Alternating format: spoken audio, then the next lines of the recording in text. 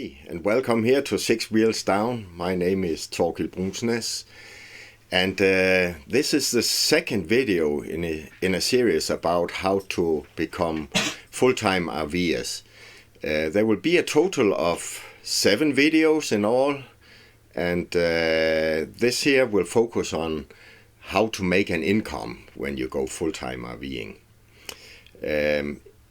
The good news is it might not be as difficult as you think, and you have to think a bit about what are the options and what are you working with already, because some of that might be useful to you.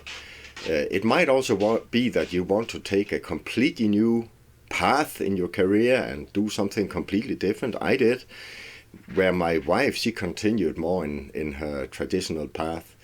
But by mixing some of these things, you might be surprised how good options there actually are. It might take you a bit of time to get there, but sometimes that can be okay. So I'll try to share some tips and tricks about how you can make money when you're full-time RVing. And I will try to find 10 different suggestions. And I'm sure there's at least 100 more out there when you start talking to people. But sometimes it's just about having focus on a few and then really go for it. And then as you go, I'm sure many more options will show up as well. But enjoy the video. Before we start looking at different sources for income, I have to say, you always need a good starting point. And when my wife and I looked into going full-time RVing, we were looking at, first of all, how can we get our cost down? Because you always have this, it's like a teeter-totter, you know, you have your income on one hand and you have your cost of living on the other hand, and they kind of need to match. Your income need to be a little bigger than your cost side. So a good life is not always about how much money can you make. It can also be how can I get my cost down while I live on the road as full-timer. Because if you can get your cost down, you might end up in a situation where you need very little money to actually live with this lifestyle. So first step, and I was talking about that in the first video in the series, is also to look at how can I get rid of anything that ties me down. You know, if you have a house, you have car payments, and you have all these different things you pay off on boats and jet skis and motorcycles and what have you, you know, you need to really think about what can I get rid of. In our case, we chose to get rid of the house. We sold our cars. We had pickup trucks and a big car and all that. We got rid of all that, bought a small tow vehicle, a Fiat 500 that can be towed after the motorhome. And we also looked at how can we get a motorhome. We chose to go the route of buying a used one. The first thing we looked at was a lot of new RVs, and we were looking at 200,000-300,000 for a new RV. And that would basically take all the money that we earned on selling on our house. We would spend it all, and perhaps even a loan on top of that, for getting a new RV. So we chose to go a different route. We looked at one that were a few years old instead, and suddenly instead of spending several hundred thousands, we ended up buying one for 75,000, and we could pay it cash and still have money left when we started out this lifestyle. So it's always good to try to keep your cost down before you start looking at which job options are there, because which kind of job you need really depends on what's your cost level. So that's where it all starts. Try to get the cost down. In our case, we also wanted a little buffer to start out with. We had a goal of at least 30,000 in the bank before we started out, and keep it there as a buffer. It depends on your life situation, how much you want as a buffer. Some want less, some want a bit more, because that gives us the option, if we have half a year without income, then there's no problem. That's where it all starts. Get the income to match with your cost of living, and try to get the cost of living down first. And you'll be surprised, by choosing the right state to have your domicile in, you can save a lot of money. We chose South Dakota. There's no state tax, and the cost of registering our vehicles, insurance, all that stuff was cut almost in half from going from Colorado to South Dakota. So all these things you need to look at first, and then we can start looking at what are the possible sources of income. One of the first things I would look at is if you already work in a field where you could sign up with a traveling agency, then that's a really good idea, because for instance, traveling nurses, traveling surgical technologists and so on in the health sector, there's a huge demand for those, and they can actually pull home a really good income. So in many cases you are looking at 2 or 3 times the normal income of being a full-time employee at a hospital. So that would be a very good place to start to look at that first. You would typically sign up for 3-month assignments, and that means you stay at a certain hospital for 3 months, and then after that you move on to the next assignment. So if you really want to travel around and see all of United States, this is a great way to get around. And if your spouse is a traveling nurse or traveling search tech or similar, and you're staying in the same place for 3 up to 6 months perhaps, then it's also worth just doing a Google search on open jobs in the local area. You will see that there are usually a lot of places that are hiring. Walmart seems to be constantly hiring, the local restaurants, UPS. So there are plenty of options there that will take you in if you have some month where you can stay in the same area. Seasonal jobs like the Amazon camper force might also be an option for you. One of the good things about this is that there are campgrounds you can stay at with your RV, and when you have like the holiday seasons around Christmas and so on, Amazon needs a lot of people to come and help package all the shipments and fill up all their shelves with all their items. So there are a lot of jobs to get there, and you will be part of a community and people that go there just for these events. They are kind of all over the country. You can see all the states here marked in blue. That's where you can go and get seasonal jobs and be part of a camper force by Amazon.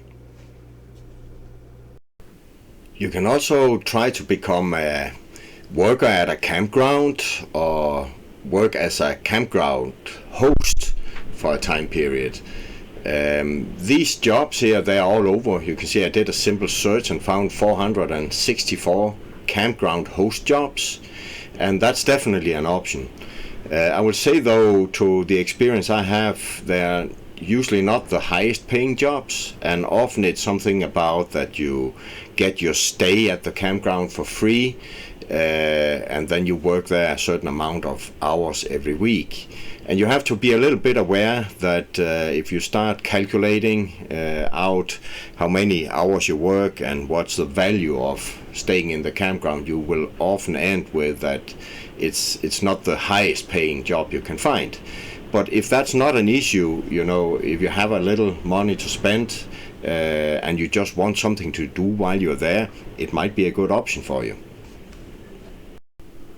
Another seasonal job is to harvest sugar beets. A lot of people like that. There's like a work community. You typically sign up here in the fall and the winter month for periods of 5 weeks, and they pay pretty well. So there are people that do that, take these seasonal jobs here, harvesting sugar beets, and that's what they do for some weeks.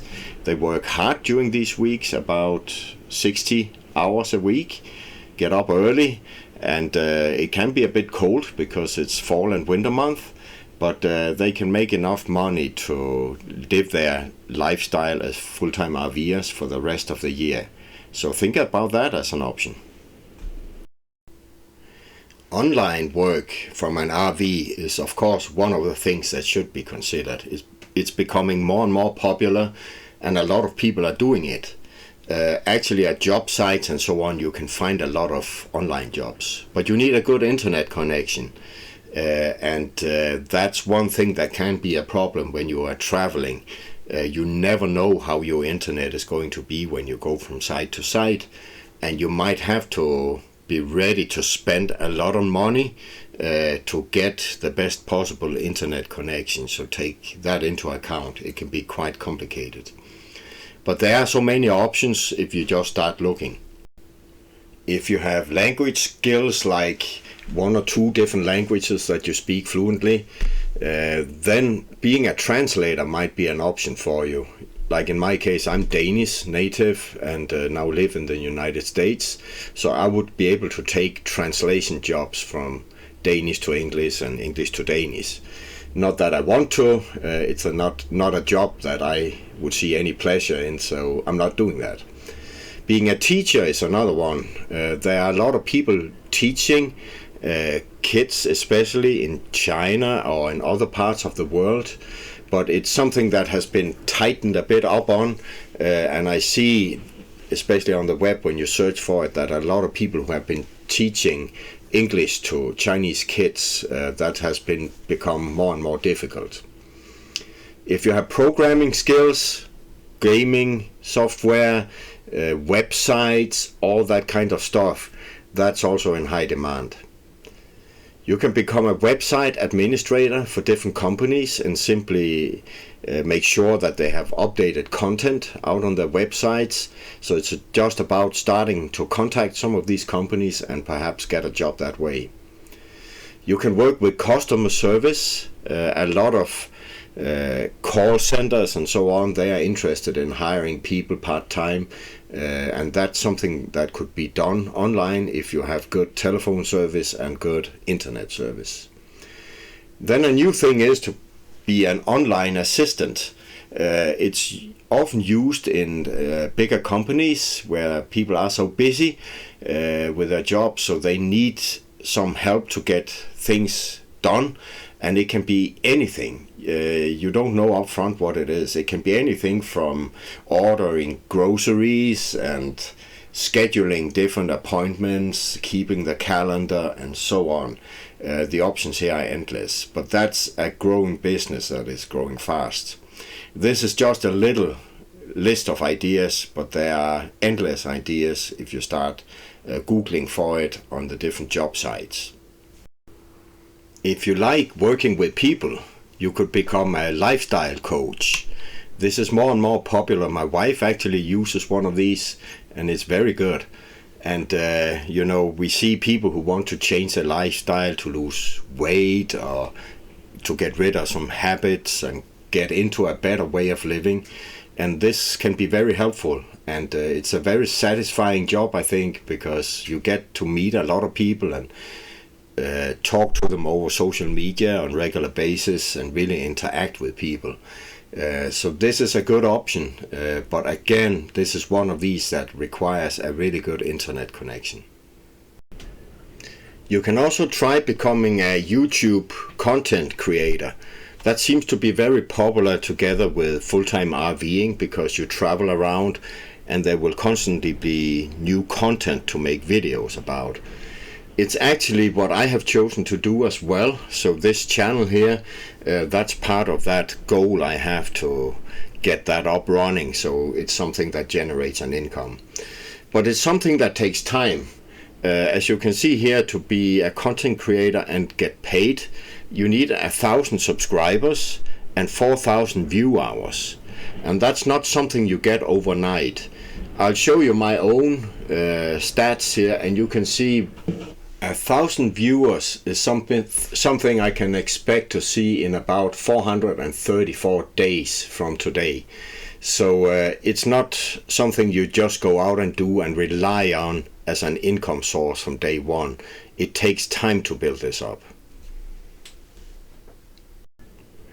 If you are a little crafty, you could also think about something to produce while you live in your motorhome.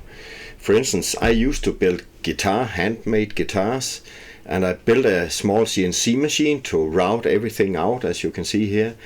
And that's something that could actually be portable. A CNC machine like that could be transported in a storage bay in a motorhome, and they could easily be produced in a motorhome while being on the road, and they could be sold afterwards. It can be guitars like this, but it could be jewelry or other kinds of stuff that doesn't take up too much space, and then take it out and sell it afterwards. If you have skills as a performing artist, of course that's something you can utilize as well.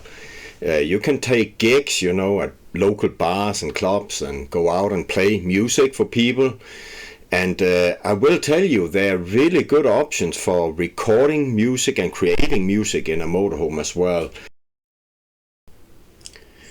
This here finalizes the second video in the series of 7 about how to become full-time RVers. In the first one, we covered the topic what ties us down and prevents us from taking the jump into full-time RVing. And here in the second one, we were talking about how to generate an income if you're full-time RVing. The next video will be about which RV is best for us. So we will look at how to choose the right RV for the purpose. I hope that you really enjoyed these videos, and if you did, please click the like and the subscribe button so you can follow the Six Wheel Down channel and see new videos coming out. Thank you for watching.